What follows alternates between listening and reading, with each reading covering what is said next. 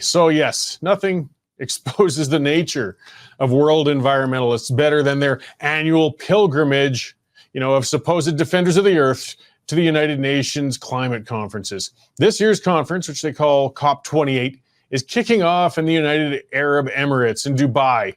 And a record-breaking 70,000 delegates are flying there to live in opulence for 2 weeks to discuss better ways of telling the rest of us how we should be tightening our belts. No, I didn't make an error in the numbers, though it might even look that way. No fewer than 70,000 people are going to be getting on emission-belching jets, can't ride the bus to Dubai, guys, to cross the world and stay for days in a 5-star resorts where gas-powered air conditioning will ensure they remain in perfect comfort as they navel-gaze and attend seminars for 2 weeks. The UAE, it's an oil-rich desert nation where so while high-emission energy is readily available, fresh food goods, on the other hand, they got to be imported. So there's going to be hundreds more flights to the UAE to ensure the delegates are greeted with only the freshest of fruit for breakfast and only the highest quality of salad greens are delivered for their evening room service. To ensure those greens remain fresh, of course, along with the assortment of high-end meat products, thousands of coolers are going to be burning millions of liters of fossil fuels to preserve these fine foods from the local desert heat. Thousands of servants, of course, they're going to be required to ensure this gathering of environmental royalty is properly cared for while they ponder on how to save the world. They're going to need chauffeurs and maids and chefs and dishwashers and security. It's labor intensive, but have no fear.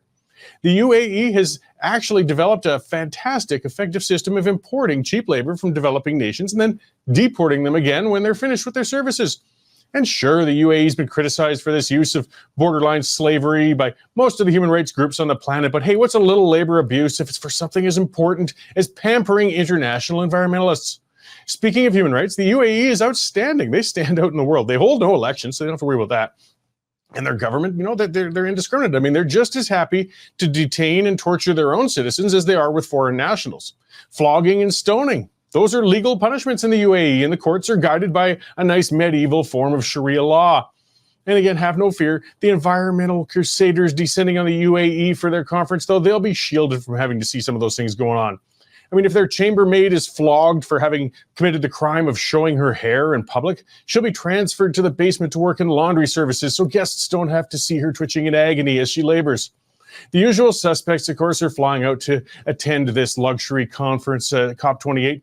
Notable scold and intellectual luminary Saint Greta Thunberg will be in attendance, of course, while Canada's Green Jesus Stephen Guilbeault will doubtless be blowing kisses in her direction throughout the conference. Thunberg's latest anti-Israel rantings will probably help her rise in the UAE food chain, and I'm sure her every need will be attended to while she makes the rounds at the conference. Then thousands of unknown bureaucrats, activists, politicians, and other self-important souls will pack the halls, bars, poolsides, and hotels of the UAE for the conference too. This is their annual reward for toiling so hard for saving the world from itself.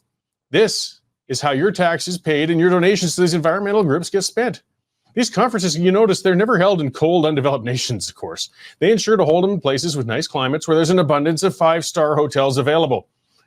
What's being achieved at these conferences, though, that can't be achieved through streaming meetings?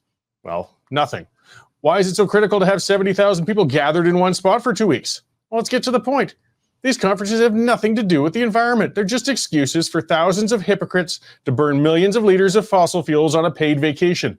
It's one big party modeled for shoulder rubbing and fine dining. Actual environmental policy development never happens at these things. I mean, how could you do that with tens of thousands of delegates? These hypocrites will then fly home from their luxurious weeks of conspicuous consumption and dedicate their time to telling the rest of us that we're being selfish for wanting to live affordably in comfort using fossil fuels. You're evil for driving that 4-cylinder used car, which is the only one you can afford. You should be driving a $90,000 Tesla. They'll lobby for increasing carbon taxes while shutting down profitable, efficient, conventional energy industries. They'll put you out of work while they demand and receive increases in their already large incomes. The delegates at COP28 will consume more resources in a week than the combined citizens of some small countries. And until we start calling these hypocrites out and start firing the governments that employ them, they're going to keep getting away with it, guys. If we keep swallowing the lies from the environmental left and ignoring the double standards they flaunt right in our faces, maybe we deserve the energy and financial poverty that comes with it then.